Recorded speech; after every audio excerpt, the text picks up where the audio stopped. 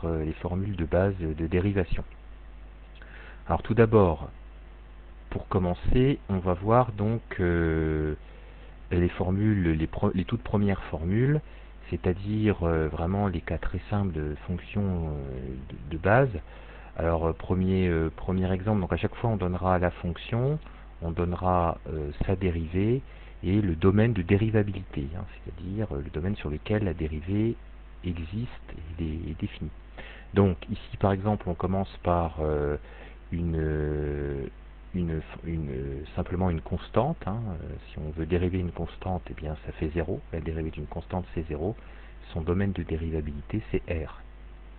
Si on prend une fonction affine, donc du type f de x égale mx plus p, avec m et p qui sont des nombres réels, eh bien la dérivée d'une fonction comme ça c'est m, c'est-à-dire c'est le coefficient directeur. Et on obtient R comme domaine de dérivabilité. Quand on prend la fonction carré, sa dérivée c'est 2x, domaine de dérivabilité R également. 1 sur x n'est pas défini en x est égal à 0, donc la fonction f déjà n'est pas définie, enfin est définie sur R étoile, hein, R moins 0, donc la dérivée c'est la même chose, et la dérivée d'1 sur x c'est moins 1 sur x carré. Racine de x est définie sur R+, hein, il faut que x soit positif mais il peut être nul. Attention, la dérivée ici n'est pas définie en 0. Ce que nous avons démontré, démontré dans la leçon consacrée à la définition du nombre dérivé en un point à partir de la limite du taux d'accroissement. On a vu que quand on est en 0, eh bien, le nombre dérivé n'existe pas. On a graphiquement une demi-tangente verticale.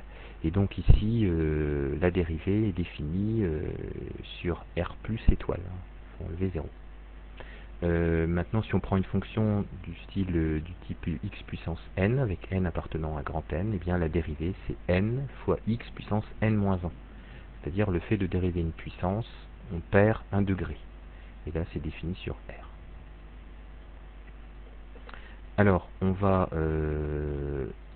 démontrer une des formules. On va démontrer la formule qui donne la dérivée de racine de x en utilisant la limite du taux d'accroissement. Donc, on va faire ça comme ça. Donc, on va considérer la fonction qui a x associée racine de x. Et on va donc calculer, alors on va considérer A strictement positif, puisqu'on a vu que de toute façon, pour que racine de A existe, il faut que A soit positif, mais on ne peut pas prendre A égale à 0, puisqu'on a dit que la dérivée de racine de x n'était pas définie en 0. Donc on va calculer f de A plus h moins f de A, le tout sur h, et donc on obtient ceci. Et on va déterminer la limite de ce taux d'accroissement lorsque h tend vers 0. Alors en fait, quand on a une expression comme ceci, si on fait tendre h vers 0, ici, directement sur cette expression, on va obtenir racine de a moins racine de a, c'est-à-dire 0, divisé par quelque chose qui tend vers 0. Alors on verra en terminale qu'on appelle cela une forme indéterminée.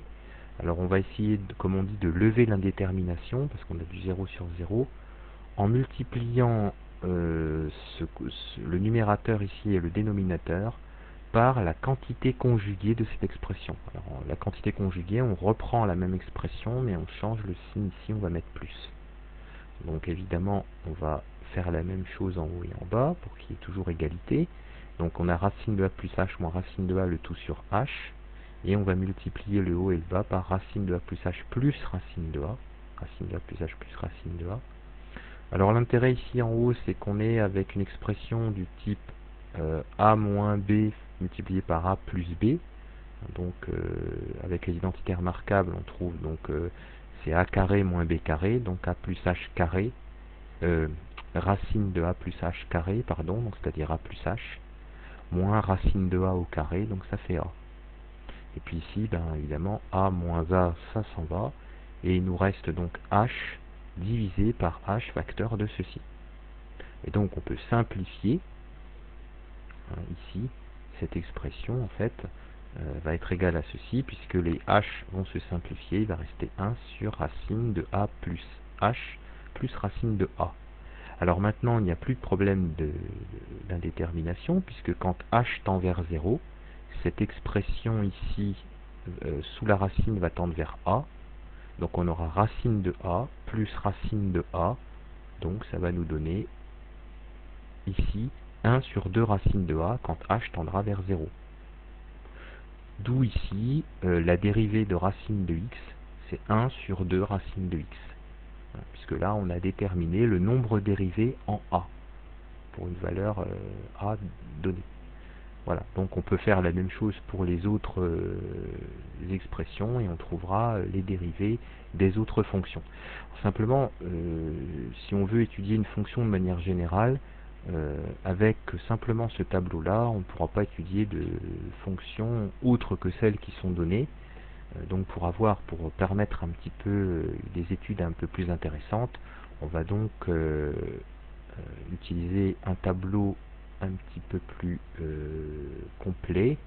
Alors c'est ce tableau-là, c'est-à-dire on va considérer donc u et v, deux fonctions qui sont dérivables sur un intervalle i de r, et on va on va faire des opérations sur ces fonctions, et on va déterminer les dérivées correspondantes, ce qui nous permettra après d'étudier les dérivées de différentes fonctions que l'on pourra construire à partir des fonctions de référence. Donc là, dans la première colonne, on a la fonction f, la dérivée dans la deuxième colonne, et le domaine de dérivabilité ici.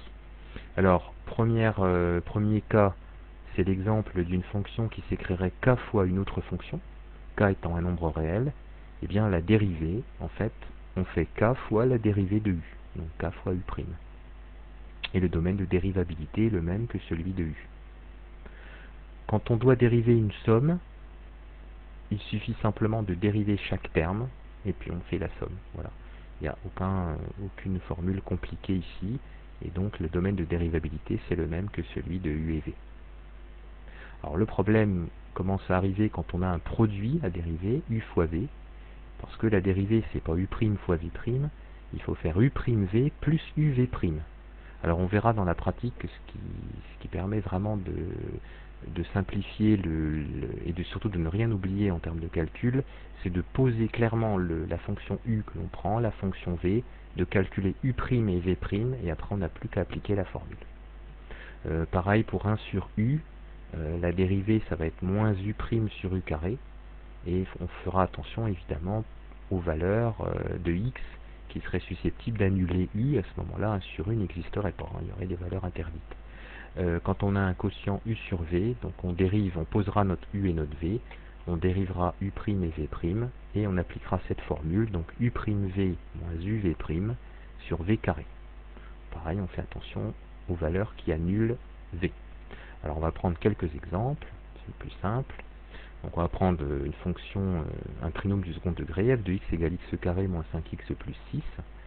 Alors en fait, on peut voir ça comme une somme de fonctions, par rapport aux fonctions de base qu'on avait considérées dans le tableau précédent. Donc on peut considérer la fonction carré ici, et puis la fonction affine moins 5x plus 6. On peut considérer qu'on a additionné ces deux fonctions. Alors on a vu que dériver la fonction x, la fonction carré, ça nous donne 2x, c'est le tableau qu'on avait tout à l'heure. La dérivée de la fonction carré ici c'est 2x, et la dérivée d'une fonction affine, il suffit de recopier le coefficient directeur. Donc ici, la dérivée donc de cette fonction, ça va donc nous donner 2x moins 5, moins 5 étant le coefficient directeur de la fonction affine. Voilà. Donc la dérivée d'une fonction du second degré, c'est une fonction affine. Alors on va prendre un autre exemple, on va prendre une fonction g dont l'expression est donnée par 7x puissance 4. Alors on peut voir ça comme 7 fois x puissance 4, et à ce moment-là, on est dans le cas, le premier cas ici de notre tableau, c'est-à-dire k fois u qui se dérive en k fois u'. Donc il suffit de dériver x puissance 4, ce qu'on a vu dans le tableau du début. La dérivée d'x puissance n, c'est n fois x puissance n moins 1. Donc ici x puissance 4, ça fera 4 fois x puissance 4 moins 1, c'est-à-dire puissance 3. Voilà, et on multipliera par 7. Donc ça va nous donner comme dérivée cette expression-là. Voilà. Donc 7 multiplié par 4x puissance 3, c'est-à-dire 28x puissance 3. Voilà la dérivée de la fonction g. Alors maintenant, on va prendre une fonction h, notre exemple, une fonction inverse ici, et une fonction ici, donc on a 5x cube. Donc on a une somme de deux fonctions, donc on va dériver la première, et ensuite on dérive la deuxième. Alors la première, on peut la voir comme ici comme 2 multiplié par 1 sur x, donc on va être sous la forme k fois u, 2 fois u, et la dérivée d'1 sur x, c'est moins 1 sur x carré. Hein. C'est une dérivée qu'on a vue tout à l'heure, la dérivée d'1 sur x, moins 1 sur x carré. Donc en fait, on va faire 2 fois moins 1 sur x carré, et puis la deuxième fonction ici, ben, ça va être de type k fois u aussi, avec u qui est une fonction de puissance, donc qui va se dériver en 3x carré. Donc ça va nous donner cette expression-là. Voilà, moins 2 sur x carré plus 5 fois 3x carré, ce qui donne ici cette expression. Hein, donc h' de x c'est moins 2 sur x carré plus 15x carré. Alors, on va voir un autre exemple.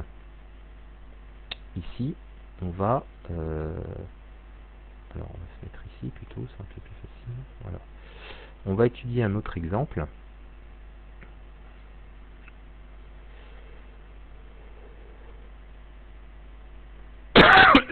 On va étudier donc, on a un produit de deux fonctions. Alors, il y a deux façons de procéder. Soit alors, on voit ça comme un produit, comme je le disais tout de suite, hein, c'est-à-dire on va poser un U et un V. Ah, c'est mis à l'envers, donc ça, ici. Voilà. Soit on pose un U et un V, donc U étant la première, V la deuxième, et on dérive. La dérivée d'une fonction affine, c'est le coefficient directeur. La dérivée de celle-là, c'est 1, puisque le coefficient devant x, c'est 1. Et ensuite, on applique la formule. Donc la formule, la dérivée d'un produit, c'est U' V plus U V'. Alors, je fais une remarque ici. Comme j'avais noté I' de x, ce que je dois trouver à droite ici dans mon expression doit contenir du x. Il faut faire attention parfois aux égalités qui sont incorrectes. Si on ne met pas de x ici, I', on peut dire que c'est U'V plus UV'. Hein, mais il faut faire attention à l'égalité de fonctions et l'égalité ici sur des valeurs. Donc, on peut procéder de cette façon. Alors, si on procède de cette façon, on va obtenir l'expression de notre dérivée. Alors voilà, elle est par ici, donc on va décaler. Voilà, c'est ici, hop, voilà. Donc, I' de x sera donc égal à 3 fois x moins 4 plus 3x plus 2, ce qui fait 6x en réduisant, hein, moins 10. Alors, pour ce premier cas, on a procédé de cette façon, c'est-à-dire qu'on a vu l'expression de i comme un produit, et puis on a appliqué la formule U'V plus UV', mais on aurait très bien pu développer et réduire. On aurait obtenu une expression de degré 2 ici, puisqu'il y a 3x fois x, et à ce moment-là, on dérivait comme on l'a fait avec l'expression, avec la fonction f tout à l'heure. On aurait pu faire de cette manière-là. Alors maintenant, donc un autre exemple, on va prendre l'exemple d'un quotient. Donc J est défini sur R privé de 3, et donc on pose clairement le U. Alors, est-ce qu'il m'a dit U? Voilà, on pose clairement le U et il ne veut pas mettre le U par ici, voilà. Donc on pose clairement le U et on pose le V. Et donc ensuite après, on calcule U', V'. Donc ce sont à chaque fois ici des fonctions affines, donc ça se dérive assez facilement. On prend les coefficients directeurs. Et puis donc on applique la formule U'V moins UV' sur V carré. Alors en appliquant cette formule ici, on obtient ceci. Donc J' de x est égal à 2 fois x moins 3 moins entre parenthèses 2x plus 1, le tout sur x moins 3 au carré. Et il y a des simplifications, il ne reste plus que le coefficient moins 7 ici. Alors on a tout intérêt à ne pas développer le carré qui est en bas, parce que on verra dans une autre leçon que l'étude en fait de la dérivée s'accompagne de l'étude de son signe pour déterminer les variations de la fonction. Et donc on veut connaître le signe de cette expression. Alors là on voit par exemple que là c'est très facile à déterminer parce que le bas c'est un carré, c'est tout le temps positif. Le numérateur c'est négatif, négatif divisé par positif, c'est tout le temps négatif. On verra plus tard que la fonction j sera une fonction strictement décroissante.